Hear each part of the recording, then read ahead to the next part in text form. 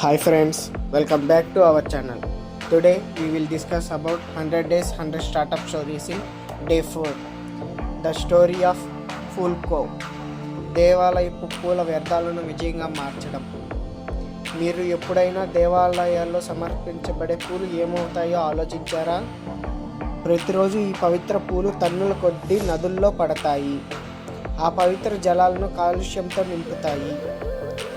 కానీ ఎవరో ఈ వ్యర్థాలను అందంగా మరియు లాభదాయకరంగా మార్చే మార్గాన్ని కనుగొంటే అదే ఫుల్కో అనే విప్లవాత్మక భారతీయ స్టార్టప్ కథ.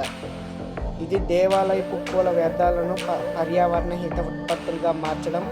ఈ ప్రేరణాత్మక ప్రయాణం నుండి మీరు నేర్చుకోవాల్సిన పాఠాలను తెలుసుకోవడానికి చివరి వరకు ఉండండి.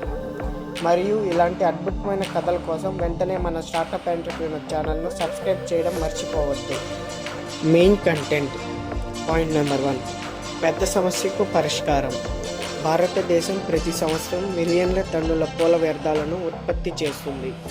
దీన్ని కూడా ఎక్కువ భాగం నదుల్లో పడడం వల్ల కాలుష్యానికి దారితీస్తుంది. ఈ సమస్యను గుర్తించి దీనికి పరిష్కారం కనుగొన్న అంకిత్ అగర్వాల్ ఫుల్కోను స్థాపించారు. పాయింట్ నెంబర్ 2, వ్యర్థాలను నూతన ఆవిష్కరణలుగా మార్చడం. ఫుల్కో ద్వారా పూల వ్యర్థాలను ఈ క్రింది ఉత్పత్తులుగా మారుస్తారు.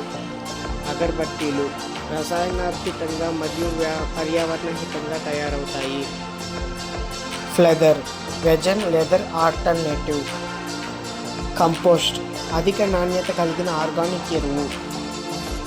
ఈ ఉత్పత్తులు వ్యర్థాలు సమస్యలను పరిష్కరించడంతో పాటు పర్యావరణ హిత మార్కెట్లో ప్రాధాన్యత పొందుతున్నాయి. పాయింట్ నెంబర్ 3, సామాజిక ప్రభావం మరియు గుర్తింపు. ఫుల్కో గ్రామీణ మహిళలకు ఉపాధి కల్పించి నైపుణ్యాలను అభివృద్ధి చేస్తూ వందలాది కుటుంబాల జీవితాలను మార్చింది.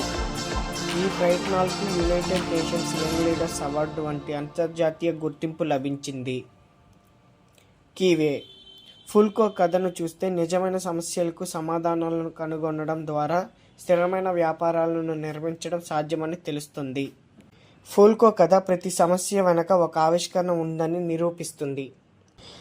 మీరు ఈ కథ నుంచి ఏమి నేర్చుకున్నారో కామెంట్ చేయండి, లైక్ చేయండి, షేర్ చేయండి.